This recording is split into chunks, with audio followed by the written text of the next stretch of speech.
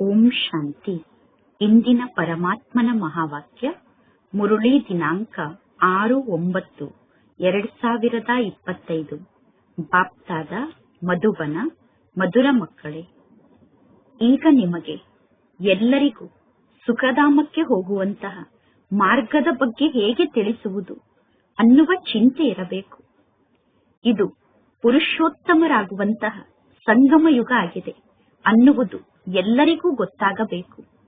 ಇಂದಿನ ಪ್ರಶ್ನೆಯಾಗಿದೆ, ಮಕ್ಕಳಾದ ನೀವು ಪರಸ್ಪರ ಒಬ್ಬರು ಇನ್ನೊಬ್ಬರಿಗೆ ಯಾವ ಮಾತಿನ ಶುಭಾಶಯವನ್ನು ತಿಳಿಸುತ್ತೀರಾ ಮತ್ತು ಮನುಷ್ಯರು ಯಾವಾಗ ಶುಭಾಶಯವನ್ನು ತಿಳಿಸುತ್ತಾರೆ? ಉತ್ತರ: ಮನುಷ್ಯರು ಯಾವಾಗ ಯಾರಾದರೂ ಜನ್ಮವನ್ನು ಪಡೆದುಕೊಳ್ಳುತ್ತಾರೋ ಆಗ ಶುಭಾಶಯವನ್ನು ತಿಳಿಸುತ್ತಾರೆ, ಅಥವಾ ಯಾರಾದರೂ ವಿಜಯಿಯಾದಾಗ ಶುಭಾಶಯವನ್ನು ತಿಳಿಸುತ್ತಾರೆ, ಅಥವಾ ಯಾರಾದರೂ ಮದುವೆಯನ್ನು ಮಾಡಿಕೊಂಡಾಗ ಶುಭಾಶಯವನ್ನು ತಿಳಿಸುತ್ತಾರೆ, ಅಥವಾ ಯಾವುದಾದರೂ ದೊಡ್ಡ ವಿಶೇಷ ದಿನ ಬಂದಾಗ ಮನುಷ್ಯರು ಶುಭಾಶಯವನ್ನು ತಿಳಿಸುತ್ತಾರೆ. ಆದರೆ ಅದು ಸತ್ಯ ಶುಭಾಶಯ ಅಲ್ಲ. ಇಲ್ಲಿ ಈಗ ಮಕ್ಕಳಾದ ನೀವು ಪರಮಾತ್ಮ ತಂದೆಗೆ ಮಕ್ಕಳಾಗುವ ಕಾರಣ ಒಬ್ಬರು ಇನ್ನೊಬ್ಬರಿಗೆ ಶುಭಾಶಯವನ್ನು ತಿಳಿಸುತ್ತೀರಾ. ನೀವೀಗ ಎಲ್ಲರಿಗೂ ಹೇಳುತ್ತೀರಾ, ನಾವು ಎಷ್ಟೊಂದು ಭಾಗ್ಯಶಾಲಿಗಳಾಗಿದ್ದೇವೆ. ಈಗ ನಾವೆಲ್ಲರೂ ದುಃಖದಿಂದ ಮುಕ್ತಾಗಿ ಸುಖಧಾಮಕ್ಕೆ ಹೋಗುತ್ತೇವೆ. ಆದ್ದರಿಂದ ನಾವು ಬಹಳಷ್ಟು ಭಾಗ್ಯಶಾಲಿಗಳಾಗಿದ್ದೇವೆ. ಈಗ ನಿಮಗೆ ನಿಮ್ಮ ಮನಸ್ಸಿನ ಆಂತರ್ಯದಲ್ಲೇ ಖುಷಿಯಾಗುತ್ತದೆ. ಓಂ ಶಾಂತಿ. ಬೇಹದ್ದಿನ ತಂದೆ ಕುಳಿತು ಬೇಹದ್ದಿನ ಮಕ್ಕಳಿಗೆ ತಿಳಿಸುತ್ತಾರೆ. ಬೇಹದ್ದಿನ ತಂದೆ ಯಾರಾಗಿದ್ದಾರೆ ಅನ್ನುವ ಪ್ರಶ್ನೆ ಈಗ ಉತ್ಪನ್ನ ಆಗುತ್ತದೆ. ಈಗ ನಿಮಗೆ ಗೊತ್ತಿದೆ, ಸರ್ವರಿಗೂ ತಂದೆ ಒಬ್ಬ ಪರಮಾತ್ಮ ಆಗಿದ್ದಾರೆ. ಆ ಪರಮಾತ್ಮ ತಂದೆಗೆ ಪರಂಪಿತ ಎಂದು ಕರೆಯಲಾಗುತ್ತದೆ. ಲೌಕಿಕ ತಂದೆಗೆ ಪರಂಪಿತ ಎಂದು ಕರೆಯುವುದಿಲ್ಲ. ಪರಂಪಿತ ಒಬ್ಬರೇ ಆಗಿದ್ದಾರೆ. ಪರಂಪಿತ ಒಬ್ಬರೇ ಇದ್ದಾರೆ. ಎಲ್ಲಾ ಮಕ್ಕಳು ಆ ಪರಂಪಿತ ಪರಮಾತ್ಮ ತಂದೆಯನ್ನು ಮರೆತು ಬಿಟ್ಟಿದ್ದಾರೆ. ಪರಂಪಿತ ಪರಮಾತ್ಮ ತಂದೆ ಯಾವ ತಂದೆ ದುಃಖಹರ್ತ ಸುಖಕರ್ತ ಆಗಿದ್ದಾರೋ ಆ ತಂದೆಯ ಬಗ್ಗೆ ಮಕ್ಕಳಾದ ನಿಮಗೆ ಮಾತ್ರ ಗೊತ್ತಿದೆ. ಪರಮಾತ್ಮ ತಂದೆ ಹೇಗೆ ನಮ್ಮ ದುಃಖವನ್ನು ದೂರ ಮಾಡುತ್ತಿದ್ದಾರೆ, ಪುನಃ ನಮ್ಮನ್ನು ಹೇಗೆ ಸುಖ ಶಾಂತಿಯ ಜಗತ್ತಿಗೆ ಕರೆದುಕೊಂಡು ಹೋಗುತ್ತಾರೆ ಅನ್ನುವುದು ಮಕ್ಕಳಾದ ನಿಮಗೆ ಗೊತ್ತಿದೆ. ಎಲ್ಲರೂ ಸುಖದ ಜಗತ್ತಿಗೆ ಹೋಗುವುದಿಲ್ಲ. ಕೆಲವರು ಸುಖದ ಜಗತ್ತಿಗೆ ಹೋಗುತ್ತಾರೆ, ಇನ್ನು ಕೆಲವರು ಶಾಂತಿಯ ಜಗತ್ತಿಗೆ ಹೋಗುತ್ತಾರೆ. ಕೆಲವರು ಸತ್ಯಯುಗದಲ್ಲಿ ಬಂದು ಪಾತ್ರವನ್ನು ಅಭಿನಯ ಮಾಡುತ್ತಾರೆ. ಕೆಲವರು ತ್ರೇತಾಯುಗದಲ್ಲಿ ಬಂದು ಪಾತ್ರವನ್ನು ಅಭಿನಯ ಮಾಡುತ್ತಾರೆ. ಕೆಲವರು ದ್ವಾಪರ ಯುಗದಲ್ಲಿ ಬರುತ್ತಾರೆ. ನೀವು ಸತ್ಯಯುಗದಲ್ಲಿ ನಿವಾಸವನ್ನು ಮಾಡುತ್ತೀರಾ. ನೀವು ಸತ್ಯಯುಗದಲ್ಲಿ ಇದ್ದಾಗ ಉಳಿದ ಎಲ್ಲಾ ಆತ್ಮರು ಮುಕ್ತಿಧಾಮದಲ್ಲಿ ಇರುತ್ತಾರೆ. ಆ ಮುಕ್ತಿಧಾಮಕ್ಕೆ ಈಶ್ವರನ ಮನೆ ಎಂದು ಕರೆಯಲಾಗುತ್ತದೆ. ಮುಸಲ್ಮಾನರು ಯಾವಾಗ ನಮಾಜನ್ನು ಓದುತ್ತಾರೋ ಆಗ ಎಲ್ಲರೂ ಸೇರಿ ಆ ಪರಮಾತ್ಮ ತಂದೆಯ ಪ್ರಾರ್ಥನೆಯನ್ನು ಮಾಡುತ್ತಾರೆ. ಏಕೆ ಪ್ರಾರ್ಥನೆಯನ್ನು ಮಾಡುತ್ತಾರೆ? ಸ್ವರ್ಗಕ್ಕೆ ಹೋಗುವುದಕ್ಕೋಸ್ಕರ ಪರಮಾತ್ಮ ತಂದೆಯ ಬಗ್ಗೆ ಪ್ರಾರ್ಥನೆಯನ್ನು ಮಾಡುತ್ತಾರೋ, ಅಥವಾ ಪರಮಾತ್ಮ ತಂದೆಯ ಬಳಿ ಹೋಗುವುದಕ್ಕೋಸ್ಕರ ಪರಮಾತ್ಮ ತಂದೆಯ ಬಗ್ಗೆ ಪ್ರಾರ್ಥನೆಯನ್ನು ಮಾಡುತ್ತಾರೋ? ಪರಮಾತ್ಮ ತಂದೆಯ ಮನೆಗೆ ಸ್ವರ್ಗ ಎಂದು ಕರೆಯುವುದಿಲ್ಲ. ಪರಮಾತ್ಮ ತಂದೆಯ ಮನೆಯಲ್ಲಿ ಆತ್ಮರು ಶಾಂತಿಯಲ್ಲಿ ಇರುತ್ತಾರೆ. ಪರಮಾತ್ಮ ತಂದೆಯ ಮನೆಯಲ್ಲಿ ಶರೀರ ಸಹಿತವಾಗಿ ಆತ್ಮರು ಇರುವುದಿಲ್ಲ. ಎಲ್ಲರಿಗೂ ಇದಂತೂ ಗೊತ್ತಿದೆ, ಪರಮಾತ್ಮ ತಂದೆಗೆ ಶರೀರವೇ ಇಲ್ಲ. ಆದರೆ ಆತ್ಮರಾದ ನಾವು ಪರಮಾತ್ಮ ತಂದೆಯ ಬಳಿ ಹೋಗುತ್ತೇವೆ. ಈಗ ಕೇವಲ ಆ ಪರಮಾತ್ಮ ತಂದೆಯನ್ನು ನೆನಪು ಮಾಡುವುದರಿಂದ ಯಾರೂ ಪವಿತ್ರರಾಗುವುದಿಲ್ಲ. ಏಕೆಂದರೆ ಪರಮಾತ್ಮ ತಂದೆಯ ಬಗ್ಗೆ ಯಾರಿಗೂ ಗೊತ್ತಿಲ್ಲ. ಈಗ ಸುಖ ಮತ್ತು ಶಾಂತಿಯ ಆಸ್ತಿಯನ್ನು ಪರಮಾತ್ಮ ತಂದೆ ಹೇಗೆ ನೀಡುತ್ತಿದ್ದಾರೆ ಅನ್ನುವ ಸಲಹೆಯನ್ನು ಮನುಷ್ಯರಿಗೆ ಹೇಗೆ ನೀಡುವುದು? ವಿಶ್ವದಲ್ಲಿ ಶಾಂತಿ ಹೇಗೆ ಸ್ಥಾಪನೆ ಆಗುತ್ತದೆ, ವಿಶ್ವದಲ್ಲಿ ಯಾವಾಗ ಶಾಂತಿ ಇತ್ತು ಅನ್ನುವ ಮಾತನ್ನು ಜಗತ್ತಿನ ಜನರಿಗೆ ಹೇಗೆ ತಿಳಿಸುವುದು? ಯಾರು ಸೇವಾದಾರಿ ಮಕ್ಕಳಾಗಿದ್ದಾರೋ, ನಂಬರ್ ವಾರ್ ಪುರುಷಾರ್ಥದ ಅನುಸಾರ ಅವರ ಮನಸ್ಸಿನಲ್ಲಿ ಈ ಜ್ಞಾನದ ಚಿಂತನೆ ನಡೆಯುತ್ತಿರುತ್ತದೆ. ಬ್ರಹ್ಮ ಮುಖೋಂಶಾವಳಿ ಬ್ರಾಹ್ಮಣರಾದ ನಿಮಗೆ ಪರಮಾತ್ಮ ತಂದೆ ತಮ್ಮ ಪರಿಚಯವನ್ನು ನೀಡಿದ್ದಾರೆ ಮತ್ತು ಜಗತ್ತಿನಲ್ಲಿರುವ ಎಲ್ಲಾ ಮನುಷ್ಯರ ಪಾತ್ರದ ಪರಿಚಯವನ್ನು ನೀಡಿದ್ದಾರೆ. ಈಗ ನಾವು ಎಲ್ಲಾ ಮನುಷ್ಯರಿಗೆ ಪರಮಾತ್ಮ ತಂದೆಯ ಪರಿಚಯವನ್ನು ಹೇಗೆ ನೀಡುವುದು ಮತ್ತು ರಚನೆಯ ಪರಿಚಯವನ್ನು ಹೇಗೆ ನೀಡುವುದು? ಪರಮಾತ್ಮ ತಂದೆ ಎಲ್ಲರಿಗೂ ತಿಳಿಸುತ್ತಾರೆ, ಸ್ವಯಂ ಅನ್ನು ಆತ್ಮ ಎಂದು ತಿಳಿದುಕೊಂಡು ತಂದೆಯಾದ ನನ್ನನ್ನು ನೀವು ನೆನಪು ಮಾಡಿ. ಆಗ ನೀವು ಪರಮಾತ್ಮ ತಂದೆಯ ಮನೆಗೆ ಹೋಗುತ್ತೀರಾ. ಚಿನ್ನದ ಯುಗ ಅಥವಾ ಸ್ವರ್ಗಕ್ಕೆ ಎಲ್ಲರೂ ಹೋಗುವುದಿಲ್ಲ. ಸುವರ್ಣ ಯುಗದಲ್ಲಿ ಕೇವಲ ಒಂದೇ ಒಂದು ಧರ್ಮ ಇರುತ್ತದೆ. ಸತ್ಯಯುಗದಲ್ಲಿ ಒಂದೇ ಒಂದು ಧರ್ಮ ಇರುತ್ತದೆ. ಉಳಿದ ಎಲ್ಲಾ ಆತ್ಮರು ಶಾಂತಿಧಾಮದಲ್ಲಿ ಇರುತ್ತಾರೆ. ಇದರಲ್ಲಿ ಯಾರು ಮುನಿಸಿಕೊಳ್ಳುವಂತಹ ಮಾತೇ ಇಲ್ಲ. ಮನುಷ್ಯರು ಶಾಂತಿ ಸಿಗಬೇಕು ಎಂದು ಬೇಡುತ್ತಾರೆ. ಪರಮಾತ್ಮ ತಂದೆಯ ಮನೆಯಲ್ಲಿ ಆ ಶಾಂತಿ ಸಿಗುತ್ತದೆ ಅಥವಾ ಗಾಡ್ ಫಾದರ್ನ ಮನೆಯಲ್ಲಿ ಆ ಶಾಂತಿ ಇದೆ. ಎಲ್ಲಾ ಆತ್ಮರು ಶಾಂತಿಧಾಮದಿಂದ ಈ ಸೃಷ್ಟಿಗೆ ಬರುತ್ತಾರೆ. ನಂತರ ಪುನಃ ನಾಟಕ ಮುಗಿದ ತಕ್ಷಣ ಎಲ್ಲರೂ ಶಾಂತಿಧಾಮಕ್ಕೆ ಹೋಗುತ್ತಾರೆ. ಪರಮಾತ್ಮ ತಂದೆ ಈ ಪತಿತ ಜಗತ್ತಿನಿಂದ ಎಲ್ಲರನ್ನೂ ವಾಪಸ್ ಕರೆದುಕೊಂಡು ಹೋಗುವುದಕ್ಕೋಸ್ಕರ ಬರುತ್ತಾರೆ. ನಾವೀಗ ಶಾಂತಿಧಾಮಕ್ಕೆ ಹೋಗುತ್ತೇವೆ, ನಂತರ ಪುನಃ ಸುಖಧಾಮದಲ್ಲಿ ಬರುತ್ತೇವೆ ಅನ್ನುವ ವಿಚಾರ ಮಕ್ಕಳಾದ ನಿಮ್ಮ ಬುದ್ಧಿಯಲ್ಲಿ ಇದೆ. ಈಗ ಇದು ಪುರುಷೋತ್ತಮ ಸಂಗಮ ಯುಗ ಆಗಿದೆ. ಪುರುಷೋತ್ತಮರು ಅಂದರೆ ಉತ್ತಮರಿಗಿಂತ ಉತ್ತಮ ಪುರುಷರು. ಎಲ್ಲಿಯವರೆಗೂ ಆತ್ಮ ಪವಿತ್ರ ಆಗುವುದಿಲ್ಲವೋ ಅಲ್ಲಿಯವರೆಗೂ ಉತ್ತಮ ಪುರುಷ ಆಗಲು ಸಾಧ್ಯ ಇಲ್ಲ. ಈಗ ತಂದೆ ನಿಮಗೆ ತಿಳಿಸುತ್ತಾರೆ, ತಂದೆಯಾದ ನನ್ನನ್ನು ನೀವು ನೆನಪು ಮಾಡಿ ಮತ್ತು ಈ ಸೃಷ್ಟಿ ಚಕ್ರವನ್ನು ಅರ್ಥ ಮಾಡಿಕೊಳ್ಳಿ. ಅದರ ಜೊತೆಗೆ ದೈವಿ ಗುಣವನ್ನೂ ಕೂಡ ಧಾರಣೆ ಮಾಡಿಕೊಳ್ಳಿ. ಈ ಸಮಯದಲ್ಲಿ ಎಲ್ಲಾ ಮನುಷ್ಯರ ನಡತೆ ಕೆಟ್ಟು ಹೋಗಿದೆ. ಹೊಸ ಜಗತ್ತಿನಲ್ಲಿ ನಿಮ್ಮ ನಡತೆ ಬಹಳಷ್ಟು ಫಸ್ಟ್ ಕ್ಲಾಸ್ ಆಗಿರುತ್ತದೆ. ಭಾರತದ ನಿವಾಸಿಗಳೇ ಶ್ರೇಷ್ಠ ನಡತೆ ಉಳ್ಳಂತವರಾಗುತ್ತಾರೆ. ಶ್ರೇಷ್ಠ ನಡತೆ ಉಳ್ಳಂತಹ ದೇವತೆಗಳ ಸಮ್ಮುಖಕ್ಕೆ ಹೋಗಿ ಕನಿಷ್ಠ ನಡತೆ ಉಳ್ಳಂತಹ ಮನುಷ್ಯರು ತಲೆಯನ್ನು ಬಾಗಿಸಿ ನಮಸ್ಕಾರವನ್ನು ಮಾಡುತ್ತಾರೆ. ಆ ದೇವತೆಗಳ ನಡತೆಯ ಬಗ್ಗೆ ವರ್ಣನೆಯನ್ನು ಮಾಡುತ್ತಾರೆ. ಈಗ ಮಕ್ಕಳಾದ ನೀವು ಈ ಎಲ್ಲಾ ಮಾತಿನ ಬಗ್ಗೆ ಅರ್ಥ ಮಾಡಿಕೊಂಡಿದ್ದೀರಾ. ಅಂದ ಮೇಲೆ ಅನ್ಯರಿಗೆ ಈ ಮಾತಿನ ಬಗ್ಗೆ ಹೇಗೆ ತಿಳಿಸುವುದು? ಅನ್ಯರಿಗೆ ಜ್ಞಾನವನ್ನು ತಿಳಿಸುವುದಕ್ಕೋಸ್ಕರ ಸಹಜ ಯುಕ್ತಿಯನ್ನು ಹೇಗೆ ರಚನೆ ಮಾಡುವುದು? ಅನ್ಯರಿಗೆ ಜ್ಞಾನವನ್ನು ತಿಳಿಸುವುದಕ್ಕೋಸ್ಕರ ಯಾವ ಸಹಜ ಯುಕ್ತಿಯನ್ನು ರಚನೆ ಮಾಡಬೇಕು? ಈಗ ಇದು ಆತ್ಮರು ಮೂರನೇ ನೇತ್ರವನ್ನು ತೆರೆಯುವಂತಹ ಜ್ಞಾನ ಆಗಿದೆ. ಪರಮಾತ್ಮ ತಂದೆಯ ಆತ್ಮದಲ್ಲಿ ಈ ಜ್ಞಾನ ಇದೆ.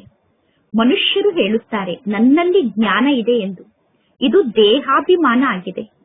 ಈ ಜ್ಞಾನ ಮಾರ್ಗದಲ್ಲಿ ನಾವು ಆತ್ಮ ಅಭಿಮಾನಿಗಳಾಗಬೇಕು. ಸನ್ಯಾಸಿಗಳ ಬಳಿ ಶಾಸ್ತ್ರದ ಜ್ಞಾನ ಇದೆ. ಪರಮಾತ್ಮ ತಂದೆ ಬಂದು ಯಾವಾಗ ಜ್ಞಾನವನ್ನು ನೀಡಬೇಕು? ಯುಕ್ತಿಯಿಂದ ಈ ಎಲ್ಲಾ ಮಾತನ್ನು ತಿಳಿಸಬೇಕು. ಜಗತ್ತಿನ ಜನ ಕೃಷ್ಣ ಭಗವಂತ ಆಗಿದ್ದಾರೆ ಎಂದು ತಿಳಿದುಕೊಂಡಿದ್ದಾರೆ. ಭಗವಂತ ತಂದೆಯ ಬಗ್ಗೆ ಜಗತ್ತಿನ ಜನರಿಗೆ ಗೊತ್ತಿಲ್ಲ. ಋಷಿ ಮುನಿ ಮುಂತಾದವರು ಹೇಳುತ್ತಿದ್ದರು, ಭಗವಂತ ತಂದೆಯ ಬಗ್ಗೆ ನಮಗೆ ಗೊತ್ತಿಲ್ಲ ಎಂದು. ಜಗತ್ತಿನ ಜನ ತಿಳಿದುಕೊಂಡಿದ್ದಾರೆ, ಮನುಷ್ಯರು ಭಗವಂತ ಆಗಲು ಸಾಧ್ಯ ಇಲ್ಲ. ಎಲ್ಲರಿಗೂ ಗೊತ್ತಿದೆ, ಮನುಷ್ಯರು ಭಗವಂತ ಆಗಲು ಸಾಧ್ಯ ಇಲ್ಲ. ನಿರಾಕಾರ ಭಗವಂತ ತಂದೆ ರಚಯಿತ ಆಗಿದ್ದಾರೆ. ಆದರೆ ಪರಮಾತ್ಮ ತಂದೆ ಹೇಗೆ ರಚಯಿತ ಆಗಿದ್ದಾರೆ? ಪರಮಾತ್ಮ ತಂದೆಯ ನಾಮ, ರೂಪ, ದೇಶ, ಕಾಲ ಏನಾಗಿದೆ? ಜಗತ್ತಿನ ಜನ ಹೇಳುತ್ತಾರೆ ಪರಮಾತ್ಮ ತಂದೆ ನಾಮರೂಪದಿಂದ ಭಿನ್ನ ಆಗಿದ್ದಾರೆ ಎಂದು. ನಾಮರೂಪದಿಂದ ಭಿನ್ನ ಆದಂತಹ ವಸ್ತು ಹೇಗೆ ಇರಲು ಸಾಧ್ಯ ಅನ್ನುವ ಮಾತು ಕೂಡ ಜನರಿಗೆ ಗೊತ್ತಿಲ್ಲ. ನಾಮರೂಪದಿಂದ ಭಿನ್ನ ಆದಂತಹ ವಸ್ತು ಇರುವುದು ಅಸಾಧ್ಯದ ಮಾತಾಗಿದೆ.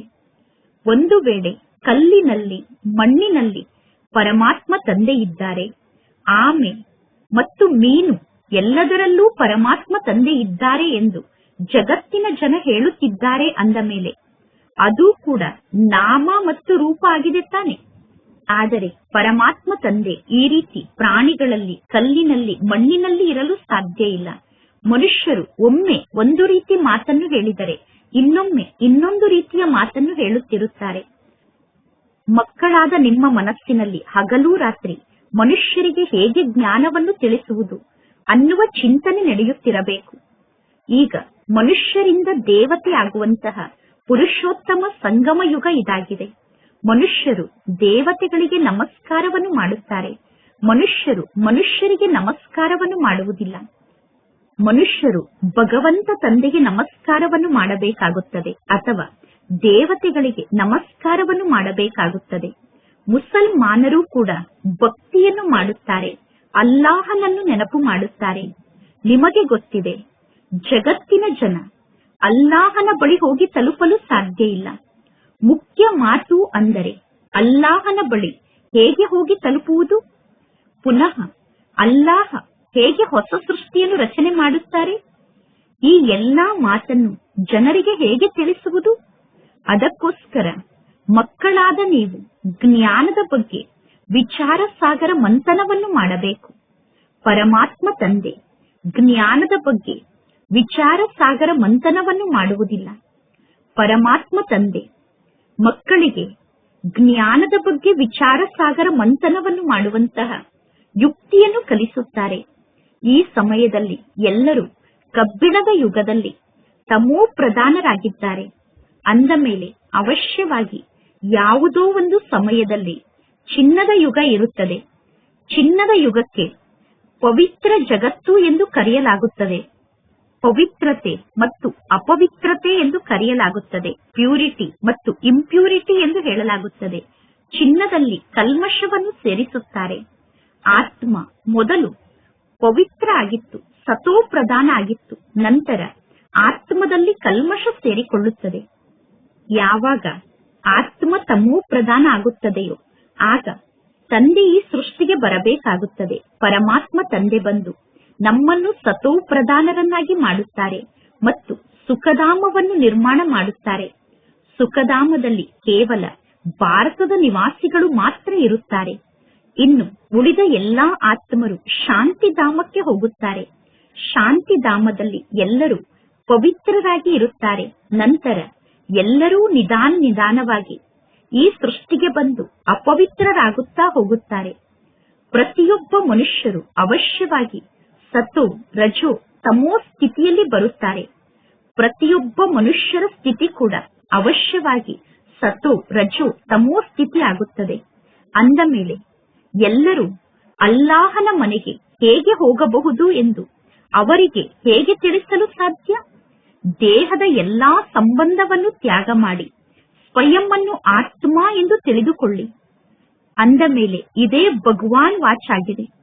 ತಂದೆಯಾದ ನನ್ನನ್ನು ನೀವು ನೆನಪು ಮಾಡುವುದರಿಂದ ನಿಮ್ಮಲ್ಲಿ ಏನು ಪಂಚಭೂತ ಇದೆಯೋ ಆ ಪಂಚವಿಕಾರ ಅನ್ನುವ ಭೂತ ಸಮಾಪ್ತಿಯಾಗುತ್ತದೆ. ಮಕ್ಕಳಾದ ನಿಮಗೆ ಹಗಲು ರಾತ್ರಿ ಇದೇ ಚಿಂತೆ ಇರಬೇಕು. ಆತ್ಮನಾದ ನನ್ನಲ್ಲಿ ಏನು ಪಂಚವಿಕಾರ ಅನ್ನುವ ಭೂತ ಇದೆಯೋ ಅದನ್ನು ಹೇಗೆ ಸಮಾಪ್ತಿ ಮಾಡಿಕೊಳ್ಳುವುದು ಅನ್ನುವ ಚಿಂತೆ ನಿಮಗೆ ಹಗಲು ರಾತ್ರಿ ಇರಬೇಕು. ಪರಮಾತ್ಮ ತಂದೆಯ ಮನಸ್ಸಿನಲ್ಲೂ ಚಿಂತೆ ಉತ್ಪನ್ನ ಆಯಿತು. ಆದ್ದರಿಂದ ನಾನೀಗ ಹೋಗಿ ಎಲ್ಲರನ್ನೂ ಸುಖಿಗಳನ್ನಾಗಿ ಮಾಡಬೇಕು ಅನ್ನುವ ವಿಚಾರ ತಂದೆಗೆ ಬಂತು. ಜೊತೆಗೆ ಮಕ್ಕಳಾದ ನೀವು ಕೂಡ ಪರಮಾತ್ಮ ತಂದೆಗೆ ಸಹಯೋಗಿಗಳಾಗಬೇಕು. ತಂದೆ ಒಂಟಿಯಾಗಿ ಏನನ್ನು ಮಾಡಲು ಸಾಧ್ಯ? ಅಂದ ಮೇಲೆ ಈ ಜ್ಞಾನದ ಬಗ್ಗೆ ವಿಚಾರ ಸಾಗರ ಮಂಥನವನ್ನು ಮಾಡಿ ಮನುಷ್ಯರು ತಕ್ಷಣ ಜ್ಞಾನವನ್ನು ಅರ್ಥ ಮಾಡಿಕೊಳ್ಳಬೇಕು. ಅದಕ್ಕೋಸ್ಕರ ಅಂತಹ ಉಪಾಯವನ್ನು ರಚನೆ ಮಾಡುವುದು ಹೇಗೆ ಅನ್ನುವ ಯುಕ್ತಿಯನ್ನು ರಚನೆ ಮಾಡಿ. ಇದು ಪುರುಷೋತ್ತಮ ಸಂಗಮ ಯುಗ ಆಗಿದೆ. ಈ ಸಮಯದಲ್ಲೇ ಮನುಷ್ಯರು ಪುರುಷೋತ್ತಮರಾಗಲು ಸಾಧ್ಯ. ಮೊದಲು ಶ್ರೇಷ್ಠ ಆತ್ಮರು ಇರುತ್ತಾರೆ. ಶ್ರೇಷ್ಠ ಆತ್ಮರೇ ನಂತರ ಕೆಳಗಡೆ ಬಿದ್ದು ಕನಿಷ್ಠರಾಗುತ್ತಾರೆ. ಆತ್ಮರು ಈ ಸೃಷ್ಟಿಗೆ ಬಂದ ತಕ್ಷಣ ಆದಿಯ ಸಮಯದಲ್ಲಿ ಕೆಳಗಡೆ ಬೀಳುವುದಿಲ್ಲ. ಆತ್ಮರು ಸೃಷ್ಟಿಗೆ ಬಂದ ತಕ್ಷಣ ತಮೋ ಪ್ರಧಾನರಾಗುವುದಿಲ್ಲ. ಪ್ರತಿಯೊಂದು ವಸ್ತು ಮೊದಲು ಸತೋ ಪ್ರಧಾನ ಆಗಿರುತ್ತದೆ. ನಂತರ ಸತೋ ರಜೋ ತಮೋ ಸ್ಥಿತಿಯಲ್ಲಿ ಬರುತ್ತದೆ. ಈಗ ಮಕ್ಕಳಾದ ನೀವು ಎಷ್ಟೊಂದು ಪ್ರದರ್ಶನವನ್ನು ನಡೆಸುತ್ತೀರಾ. ಆದರೂ ಕೂಡ ಮನುಷ್ಯರು ಸ್ವಲ್ಪ ಕೂಡ ಜ್ಞಾನವನ್ನು ಅರ್ಥ ಮಾಡಿಕೊಳ್ಳುವುದಿಲ್ಲ. ಅಂದ ಮೇಲೆ ಮನುಷ್ಯರಿಗೆ ಜ್ಞಾನ ಅರ್ಥ ಆಗಬೇಕು. ಅದಕ್ಕೋಸ್ಕರ ಅಂತಹ ಯಾವ ಉಪಾಯವನ್ನು ರಚನೆ ಮಾಡಬೇಕು? ಭಿನ್ನ ಭಿನ್ನ ಉಪಾಯವನ್ನು ರಚನೆ ಮಾಡಬೇಕಾಗುತ್ತದೆ. ಭಿನ್ನ ಭಿನ್ನ ಉಪಾಯವನ್ನು ರಚನೆ ಮಾಡುವುದಕ್ಕೋಸ್ಕರ ಈಗ ಇಲ್ಲಿ ನಿಮಗೆ ಸಮಯ ಸಿಕ್ಕಿದೆ. ತಕ್ಷಣ ಯಾರು ಸಂಪೂರ್ಣ ಆಗಲು ಸಾಧ್ಯ ಇಲ್ಲ. ಚಂದ್ರ ಕೂಡ ನಿಧಾನವಾಗಿ ಕೊನೆಗೂ ಸಂಪೂರ್ಣ ಆಗುತ್ತಾರೆ. ನಾವು ಕೂಡ ತಮೋ ಪ್ರಧಾನರಾಗಿದ್ದೇವೆ. ಅಂದ ಮೇಲೆ ಪುನಃ ಸತೋ ಪ್ರಧಾನರಾಗಲು ಸಮಯ ಅಂತೂ ಬೇಕಾಗುತ್ತದೆ. ಅದು ಜಡ ಆಗಿದೆ, ಇಲ್ಲಿ ನೀವು ಚೈತನ್ಯ ಆಗಿದ್ದೀರಾ ಅನ್ನುವ ಮಾತನ್ನು ಜಗತ್ತಿನ ಜನರಿಗೆ ಹೇಗೆ ತಿಳಿಸುವುದು? ಮುಸಲ್ಮಾನರ ಗುರುಗಳು ಅಂದರೆ ಮುಸಲ್ಮಾನರ ಮೌಲ್ವಿಗಳಿಗೂ ಕೂಡ ನೀವು ಈ ನಮಾಜನ್ನು ಏಕೆ ಓದುತ್ತೀರಾ ಅನ್ನುವುದನ್ನು ತಿಳಿಸಬೇಕು. ನೀವು ಯಾರ ನೆನಪಿನಲ್ಲಿ ನಮಾಜನ್ನು ಓದುತ್ತೀರಾ ಎಂದು ಅವರಿಗೆ ತಿಳಿಸಬೇಕು. ಈ ಎಲ್ಲಾ ಜ್ಞಾನದ ಮಾತಿನ ಬಗ್ಗೆ ವಿಚಾರ ಸಾಗರ ಮಂಥನವನ್ನು ಮಾಡಬೇಕು. ದೊಡ್ಡ ವಿಶೇಷ ದಿನ ಬಂದಾಗ ರಾಷ್ಟ್ರಪತಿ ಮುಂತಾದವರು ಕೂಡ ಮಸ್ಜಿದ್ಗೆ ಹೋಗುತ್ತಾರೆ. ದೊಡ್ಡವರ ಜೊತೆಗೆ ಮಿಲನವನ್ನು ಮಾಡುತ್ತಾರೆ. ಎಲ್ಲಾ ಮಸ್ಜಿದ್ಗಳಿಗೂ ಪುನಃ ನಂತರ ಒಂದು ದೊಡ್ಡ ಮಸೀದಿ ಇರುತ್ತದೆ. ಎಲ್ಲರೂ ಅಲ್ಲಿಗೆ ಹೋಗುತ್ತಾರೆ ಮತ್ತು ಹಬ್ಬದ ದಿನದ ಕಾರಣ ಒಬ್ಬರು ಇನ್ನೊಬ್ಬರಿಗೆ ಹಬ್ಬದ ಶುಭಾಶಯವನ್ನು ತಿಳಿಸುತ್ತಾರೆ. ಈಗ ಎಲ್ಲರೂ ದುಃಖದಿಂದ ಮುಕ್ತಾಗಿ ಸುಖಧಾಮಕ್ಕೆ ಹೋಗಬೇಕು. ಸುಖಧಾಮಕ್ಕೆ ಹೋಗುವಂತಹ ಶುಭಾಶಯವನ್ನು ಇಲ್ಲಿ ನೀವು ಒಬ್ಬರು ಇನ್ನೊಬ್ಬರಿಗೆ ತಿಳಿಸುತ್ತೀರಾ? ಯಾವಾಗ ಎಲ್ಲರೂ ದುಃಖದಿಂದ ಮುಕ್ತಾಗಿ ಸುಖಧಾಮಕ್ಕೆ ಹೋಗುತ್ತಾರೋ ಆಗ ಶುಭಾಶಯವನ್ನು ತಿಳಿಸಬೇಕು. ನಾವೀಗ ಈ ಖುಷಿಯ ಸಮಾಚಾರವನ್ನು ನಿಮಗೆ ತಿಳಿಸುತ್ತೇವೆ ಎಂದು ನೀವು ಹೇಳುತ್ತೀರಾ?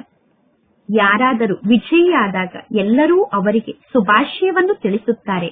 ಯಾರದ್ದಾದರೂ ಮದುವೆ ಆದಾಗ ಮದುವೆಯನ್ನು ಮಾಡಿಕೊಳ್ಳುತ್ತಿರುವಂತವರಿಗೆ ಎಲ್ಲರೂ ಶುಭಾಶಯವನ್ನು ತಿಳಿಸುತ್ತಾರೆ.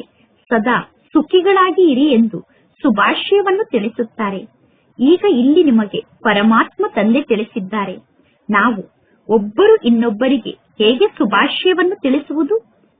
ಈ ಸಮಯದಲ್ಲಿ ನಾವು ಬೇಹದ್ದಿನ ತಂದೆಯ ಮೂಲಕ ಮುಕ್ತಿ ಮತ್ತು ಜೀವನ್ ಮುಕ್ತಿಯ ಆಸ್ತಿಯನ್ನು ಪಡೆದುಕೊಳ್ಳುತ್ತಿದ್ದೇವೆ. ಅಂದ ಮೇಲೆ ನಿಮಗೆ ಈಗ ಇಲ್ಲಿ ಶುಭಾಶಯ ಸಿಗಲು ಸಾಧ್ಯ. ಪರಮಾತ್ಮ ತಂದೆ ತಿಳಿಸುತ್ತಾರೆ ನಿಮಗೆ ಶುಭಾಶಯಗಳು ಎಂದು. ನೀವು 21 ಜನ್ಮಕ್ಕೋಸ್ಕರ ಪದಂಪತಿ ಆಗುತ್ತಿದ್ದೀರಾ, ಅದಕ್ಕೋಸ್ಕರ ನಿಮಗೆ ಶುಭಾಶಯಗಳು ಎಂದು ತಂದೆ ತಿಳಿಸುತ್ತಾರೆ. ಈಗ ನಾವು ಎಲ್ಲರಿಗೂ ಶುಭಾಶಯವನ್ನು ತಿಳಿಸಬೇಕು. ಅದಕ್ಕೋಸ್ಕರ ಎಲ್ಲಾ ಮನುಷ್ಯರು ಹೇಗೆ ತಂದೆಯಿಂದ ಆಸ್ತಿಯನ್ನು ಪಡೆದುಕೊಳ್ಳುವುದು ಈಗ ನಿಮಗೆ ಗೊತ್ತಾಗಿದೆ. ಆದರೆ ನೀವು ಮನುಷ್ಯರಿಗೆ ಈಗಲೇ ಶುಭಾಶಯವನ್ನು ತಿಳಿಸಲು ಸಾಧ್ಯ ಇಲ್ಲ. ಏಕೆಂದರೆ ಜಗತ್ತಿನ ಜನರಿಗೆ ನಿಮ್ಮ ಬಗ್ಗೆ ಗೊತ್ತಿಲ್ಲ. ಯಾವಾಗ ಶುಭಾಶಯವನ್ನು ತಿಳಿಸಲು ಸಾಧ್ಯ ಅಂದರೆ ಯಾವಾಗ ಅವರು ಸ್ವಯಂ ಶುಭಾಶಯವನ್ನು ಪಡೆದುಕೊಳ್ಳಲು ಯೋಗ್ಯರಾಗುತ್ತಾರೋ ಆಗ ನೀವು ಅವರಿಗೆ ಶುಭಾಶಯವನ್ನು ತಿಳಿಸಲು ಸಾಧ್ಯ. ಈಗ ನೀವು ಗುಪ್ತ ರೂಪದಲ್ಲಿ ಇದ್ದೀರಾ. ನೀವೀಗ ಒಬ್ಬರು ಇನ್ನೊಬ್ಬರಿಗೆ ಶುಭಾಶಯವನ್ನು ತಿಳಿಸಬಹುದು.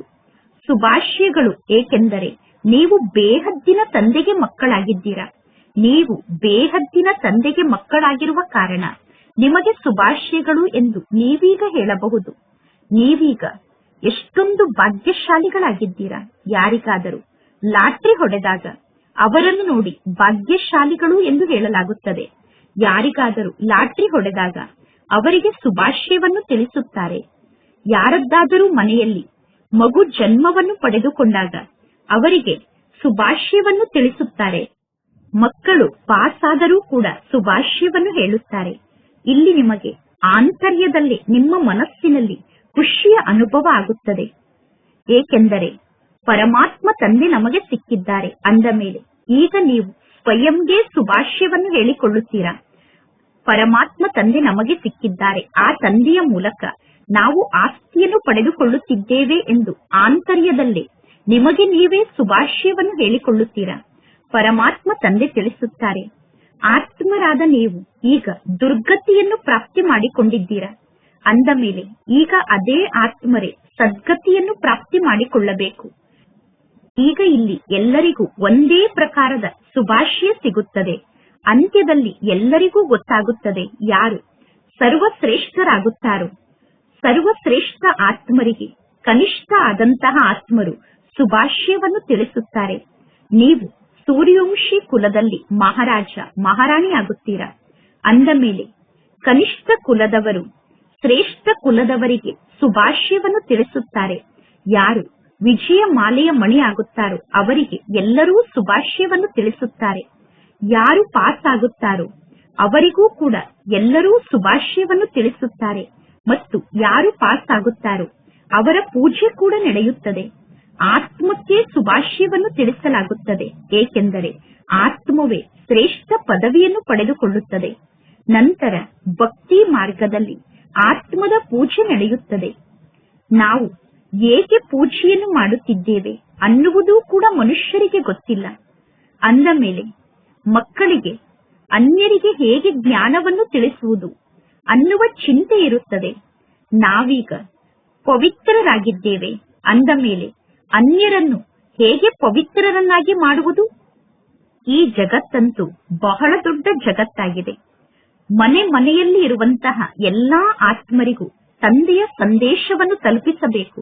ಅದಕ್ಕೋಸ್ಕರ ಏನನ್ನು ಮಾಡಬೇಕು? ಏರೋಪ್ಲೇನ್ನಿಂದ ಪಾಂಪ್ಲೆಂಟ್ ಅನ್ನು ಕೆಳಗಡೆ ಬೀಳಿಸಿದರೆ ಎಲ್ಲರಿಗೂ ಆ ಪಾಂಪ್ಲೆಂಟ್ ಸಿಗುವುದಿಲ್ಲ. ಒಬ್ಬೊಬ್ಬರ ಕೈಯಲ್ಲೂ ಸಂದೇಶ ಇರಬೇಕು. ಒಬ್ಬೊಬ್ಬರ ಕೈಗೂ ಸಂದೇಶ ಹೋಗಿ ತಲುಪಬೇಕು. ಏಕೆಂದರೆ ನಾವು ಪರಮಾತ್ಮ ತಂದೆಯ ಬಳಿ ಹೋಗುವುದು ಹೇಗೆ ಅನ್ನುವುದು ಜಗತ್ತಿನ ಜನರಿಗೆ ಪಾಪ ಸ್ವಲ್ಪ ಕೂಡ ಗೊತ್ತಿಲ್ಲ. ಜಗತ್ತಿನ ಜನ ಹೇಳುತ್ತಾರೆ ಎಲ್ಲಾ ಮಾರ್ಗಗಳು ಪರಮಾತ್ಮ ತಂದೆಯ ಜೊತೆಗೆ ಮಿಲನವನ್ನು ಮಾಡುವಂತಹ ಮಾರ್ಗ ಆಗಿದೆ ಎಂದು. ಆದರೆ ಪರಮಾತ್ಮ ತಂದೆ ತಿಳಿಸುತ್ತಾರೆ, ಈ ಭಕ್ತಿ, ದಾನ, ಪುಣ್ಯ ಮುಂತಾದದ್ದನ್ನು ನೀವು ಅನೇಕ ಜನ್ಮದಿಂದ ಮಾಡುತ್ತಾ ಬಂದಿದ್ದೀರಾ. ಆದರೆ ನಿಮಗೆ ಎಲ್ಲಿ ಮಾರ್ಗ ಗೊತ್ತಾಗಿದೆ? ಜಗತ್ತಿನ ಜನ ಹೇಳುತ್ತಾರೆ ಭಕ್ತಿಯನ್ನು ಮಾಡುವುದು ಅನಾದಿಯಿಂದ ನಡೆಯುತ್ತಿದೆ ಎಂದು. ಆದರೆ ಅನಾದಿ ಅಂದರೆ ಯಾವಾಗ ಭಕ್ತಿ ಪ್ರಾರಂಭ ಆಯಿತು? ಅನಾದಿ ಅನ್ನುವ ಶಬ್ದದ ಅರ್ಥವನ್ನು ಯಾರೂ ತಿಳಿದುಕೊಂಡಿಲ್ಲ. ನಿಮ್ಮಲ್ಲೂ ಕೂಡ ನಂಬರ್ ವಾರ್ ಪುರುಷಾರ್ಥದ ಅನುಸಾರ ಈ ಎಲ್ಲಾ ಜ್ಞಾನದ ಮಾತನ್ನು ಅರ್ಥ ಮಾಡಿಕೊಂಡಿದ್ದೀರಾ. ಜ್ಞಾನದ ಪದವಿ 21 ಜನ್ಮದವರೆಗೂ ಇರುತ್ತದೆ. 21 ಜನ್ಮದವರೆಗೂ ಸತ್ಯುಗ ಮತ್ತು ತ್ರೇತಾಯುಗದಲ್ಲಿ ಸುಖ ಇರುತ್ತದೆ. ನಂತರ ದುಃಖ ಇದೆ. ಮಕ್ಕಳಿಗೆ ತಂದೆ ಲೆಕ್ಕವನ್ನು ತಿಳಿಸಿದ್ದಾರೆ.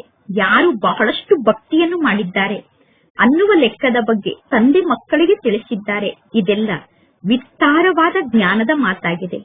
ಇಷ್ಟೆಲ್ಲಾ ಜ್ಞಾನದ ಮಾತನ್ನು ಒಬ್ಬೊಬ್ಬರಿಗೂ ಕುಳಿತು ತಂದೆ ತಿಳಿಸಲು ಸಾಧ್ಯ ಇಲ್ಲ.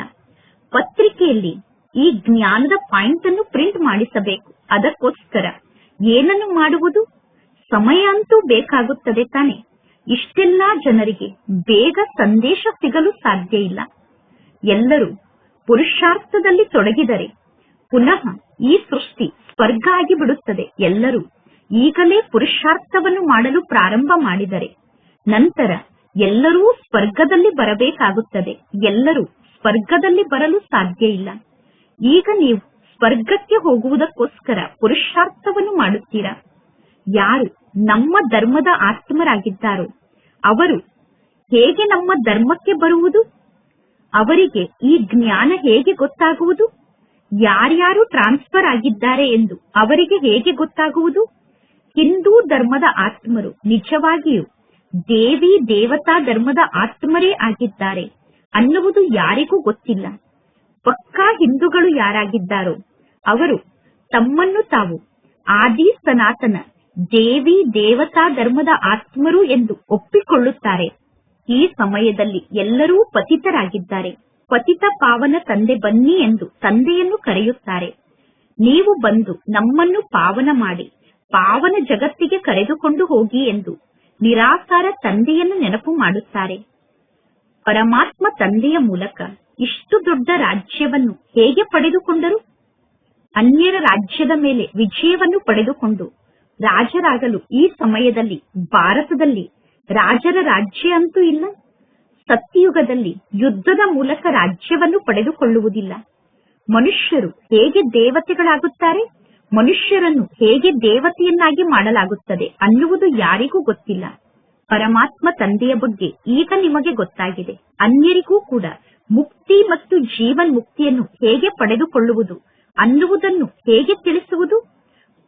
ಪುರುಷಾರ್ಥವನ್ನು ಮಾಡಿಸುವಂತವರೂ ಕೂಡ ಬೇಕು ತಾನೆ.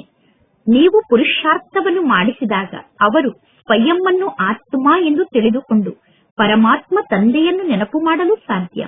ನೀವು ತಿಳಿಸಬೇಕು, ಹಬ್ಬದ ಶುಭಾಶಯ ಎಂದು ನೀವು ಯಾರಿಗೆ ಹೇಳುತ್ತಿದ್ದೀರಾ? ಈಗ ನೀವು ಪರಮಾತ್ಮ ತಂದೆಯ ಬಳಿ ಹೋಗುತ್ತೀರಾ ಅನ್ನುವ ಪಕ್ಕಾ ನಿಶ್ಚಯ ನಿಮಗೆ ಇದೆಯೇನು?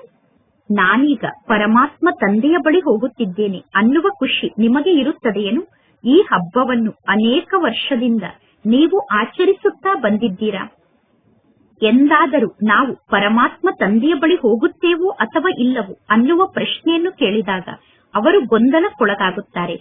ಅವಶ್ಯವಾಗಿ ನಾವು ಯಾವ ಜ್ಞಾನದ ಶಿಕ್ಷಣವನ್ನು ಕಲಿಯುತ್ತಿದ್ದೇವೋ ಆ ಶಿಕ್ಷಣವನ್ನು ಏಕೆ ಕಲಿಯುತ್ತಿದ್ದೇವೆ?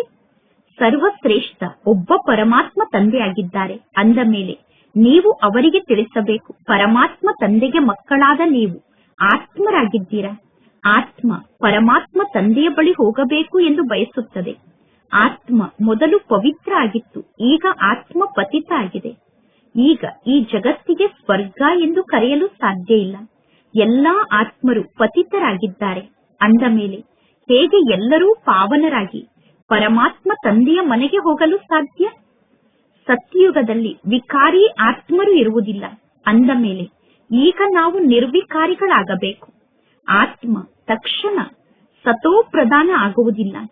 ಈ ಎಲ್ಲಾ ಜ್ಞಾನದ ಮಾತಿನ ಬಗ್ಗೆ ವಿಚಾರ ಸಾಗರ ಮಂಥನವನ್ನು ಮಾಡಲಾಗುತ್ತದೆ. ತಂದೆಯ ಮನಸ್ಸಿನಲ್ಲೂ ಕೂಡ ವಿಚಾರ ಸಾಗರ ಮಂಥನ ನಡೆಯುತ್ತದೆ. ಆದ್ದರಿಂದ ತಂದೆ ಜ್ಞಾನವನ್ನು ತಿಳಿಸುತ್ತಿರುತ್ತಾರೆ. ಯುಕ್ತಿಯನ್ನು ರಚನೆ ಮಾಡಬೇಕು. ಅನ್ಯರಿಗೆ ಹೇಗೆ ಜ್ಞಾನವನ್ನು ತಿಳಿಸುವುದು ಅನ್ನುವ ಯುಕ್ತಿಯನ್ನು ನೀವೀಗ ರಚನೆ ಮಾಡಬೇಕು. ಒಳ್ಳೆಯದು. ಮಧುರಾತಿ ಮಧುರ ಅಗಲಿ ಹೋಗಿ ಮರಳಿ ಸಿಕ್ಕಿರುವ ಮಕ್ಕಳ ಪ್ರತಿ ಮಾತ್ಪಿತಾ ಬಾಪ್ತಾದರವರ ನೆನಪು, ಪ್ರೀತಿ ಹಾಗೂ ಸುಪ್ರಭಾತ. ಆತ್ಮಿಕ ಮಕ್ಕಳಿಗೆ ಆತ್ಮಿಕ ತಂದೆಯ ನಮಸ್ತೆ. ಆತ್ಮಿಕ ತಂದೆಗೆ ಆತ್ಮಿಕ ಮಕ್ಕಳ ನೆನಪು, ಪ್ರೀತಿ ಹಾಗೂ ನಮಸ್ತೆ ನಮಸ್ತೆ ನಮಸ್ತೆ. ಧಾರಣೆಗೋಸ್ಕರ ಮುಖ್ಯ ಸಾರ. ಫಸ್ಟ್ ಪಾಯಿಂಟ್, ಹೇಗೆ ಪರಮಾತ್ಮ ತಂದೆಗೆ ನಾನೀಗ ಹೋಗಿ ಮಕ್ಕಳನ್ನು ದುಃಖದಿಂದ ದೂರ ಮಾಡಿ ಮಕ್ಕಳನ್ನು ಸುಖಿಗಳನ್ನಾಗಿ ಮಾಡಬೇಕು ಅನ್ನುವ ವಿಚಾರ ಬಂತು, ಅದೇ ರೀತಿ ತಂದೆಯ ಈ ಕಾರ್ಯದಲ್ಲಿ ತಂದೆಗೆ ಸಹಯೋಗಿಗಳಾಗಬೇಕು. ಮನೆ ಮನೆಗೂ ಹೋಗಿ ತಂದೆಯ ಸಂದೇಶವನ್ನು ತಲುಪಿಸುವಂತಹ ಯುಕ್ತಿಯನ್ನು ರಚಿಸಬೇಕು. ಸೆಕೆಂಡ್ ಪಾಯಿಂಟ್, ಸರ್ವರ ಮೂಲಕ ಶುಭಾಶಯವನ್ನು ಪ್ರಾಪ್ತಿ ಮಾಡಿಕೊಳ್ಳುವುದಕ್ಕೋಸ್ಕರ ವಿಜಯ ಮಾಲೆಯ ಮಣಿ ಆಗುವಂತಹ ಪುರುಷಾರ್ಥವನ್ನು ಮಾಡಬೇಕು. ಪೂಜ್ಯರಾಗಬೇಕು. ಇಂದಿನ ವರದಾನ ಆಗಿದೆ.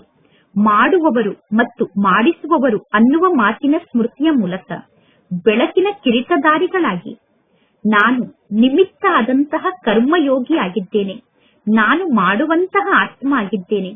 ಪರಮಾತ್ಮ ತಂದೆ ಮಾಡಿಸುವಂತವರಾಗಿದ್ದಾರೆ. ಒಂದು ವೇಳೆ ಸದಾ ಇದೇ ಸ್ಮೃತಿ ಇದ್ದರೆ ಸದಾ ಬೆಳಕಿನ ಕಿರೀಟಧಾರಿಗಳಾಗಿರುತ್ತೀರಾ ಅಥವಾ ನಿಶ್ಚಿಂತ ಚಕ್ರವರ್ತಿಗಳಾಗಿ ಬಿಡುತ್ತೀರಾ? ಕೇವಲ ಒಬ್ಬ ಪರಮಾತ್ಮ ತಂದೆ ಮಾತ್ರ ನನ್ನವರು. ನಾನು ಮತ್ತು ಪರಮಾತ್ಮ ತಂದೆ ಇಬ್ಬರೇ ಇದ್ದೇವೆ. ನಮ್ಮ ಮಧ್ಯದಲ್ಲಿ ಮೂರನೆಯವರು ಯಾರೂ ಇಲ್ಲ ಅನ್ನುವ ಅನುಭವ ಸಹಜವಾಗಿ ನಿಶ್ಚಿಂತ ಚಕ್ರವರ್ತಿಯನ್ನಾಗಿ ಮಾಡುತ್ತದೆ. ಅಂದ ಮೇಲೆ ಯಾರು ಈ ರೀತಿ ರಾಜರಾಗುತ್ತಾರೋ ಅವರೇ ಮಾಯಾಜೀತರು, ಕರ್ಮೇಂದ್ರಿಯ ಜೀತರು ಮತ್ತು ಪ್ರಕೃತಿ ಜೀತರಾಗಿ ಬಿಡುತ್ತಾರೆ. ಒಂದು ವೇಳೆ ಯಾವುದೋ ಮಾತಿನ ತಪ್ಪಿನ ಕಾರಣ ಅಥವಾ ಯಾವುದೋ ವ್ಯರ್ಥ ಭಾವನೆಯ ಕಾರಣ ನೀವು ನಿಮ್ಮ ಮೇಲೆ ಹೊರೆಯನ್ನು ಹೊತ್ತುಕೊಂಡರೆ ಬೆಳಕಿನ ಕಿರೀಟದ ಬದಲು ಚಿಂತೆಯ ಅನೇಕ ಪ್ರಕಾರದ ಬುಟ್ಟಿ ನಿಮ್ಮ ತಲೆಯ ಮೇಲೆ ಬಂದು ಬಿಡುತ್ತದೆ. ಅನೇಕ ಪ್ರಕಾರದ ಚಿಂತೆಯ ಬುಟ್ಟಿಯನ್ನು ತಲೆಯ ಮೇಲೆ ನೀವು ಹೊತ್ತುಕೊಳ್ಳುತ್ತೀರಾ. ಆದ್ದರಿಂದ ಈಗ ನೀವು ಯಾವುದೇ ವ್ಯರ್ಥ ಚಿಂತನೆಯನ್ನು ಮಾಡಬಾರದು ಮತ್ತು ಯಾವುದೇ ಮಾತಿನ ಹೊರೆಯನ್ನು ಹೊತ್ತುಕೊಳ್ಳಬಾರದು. ಇಂದಿನ ಶ್ಲೋಗನ್ ಆಗಿದೆ, ಸರ್ವ ಬಂಧನದಿಂದ ಮುಕ್ತ ಆಗುವುದಕ್ಕೋಸ್ಕರ ದೇಹದ ಸಂಬಂಧದಿಂದ ನಷ್ಟ ಮೋಹಿಗಳಾಗಿ ಸರ್ವ ಬಂಧನದಿಂದ ಮುಕ್ತ ಆಗಲು ದೇಹದ ಸರ್ವ ಸಂಬಂಧದಿಂದ ನಷ್ಟ ಮೋಹಿಗಳಾಗಿ ಇಂದಿನ ಅವ್ಯಕ್ತ ಸೂಚನೆಯಾಗಿದೆ. ಈಗ ಆಸಕ್ತಿಯ ಅಗ್ನಿಯನ್ನು ಪ್ರಜ್ವಲಿತಗೊಳಿಸಿಕೊಂಡು ಯೋಗವನ್ನು ಜ್ವಾಲಾ ಸ್ವರೂಪದ ಯೋಗವನ್ನಾಗಿ ಮಾಡಿಕೊಳ್ಳಿ. ಯೋಗದಲ್ಲಿ ಯಾವಾಗ ಎಲ್ಲಾ ಸಂಕಲ್ಪಗಳು ಶಾಂತ ಆಗುತ್ತದೆಯೋ ಆಗ ನಾನು ಮತ್ತು ಪರಮಾತ್ಮ ತಂದೆ ಅನ್ನುವ ಒಂದೇ ಸಂಕಲ್ಪ ಇರುತ್ತದೆ. ನಾನು ಮತ್ತು ತಂದೆ ಅನ್ನುವ ಒಂದೇ ಸಂಕಲ್ಪದಲ್ಲಿ ಸ್ಥಿತ ಆದರೆ ಆ ಯೋಗಕ್ಕೆ ಶಕ್ತಿಶಾಲಿ ಯೋಗ ಎಂದು ಕರೆಯಲಾಗುತ್ತದೆ.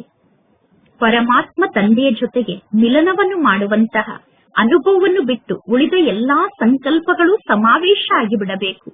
ಆಗ ಜ್ವಾಲಾ ಸ್ವರೂಪದ ನೆನಪು ಎಂದು ನಿಮ್ಮ ನೆನಪಿಗೆ ಕರೆಯಲಾಗುತ್ತದೆ. ಈ ನೆನಪಿನ ಮೂಲಕ ಪರಿವರ್ತನೆ ಆಗುತ್ತದೆ. ಒಳ್ಳೆಯದು. ಓಂ ಶಾಂತಿ.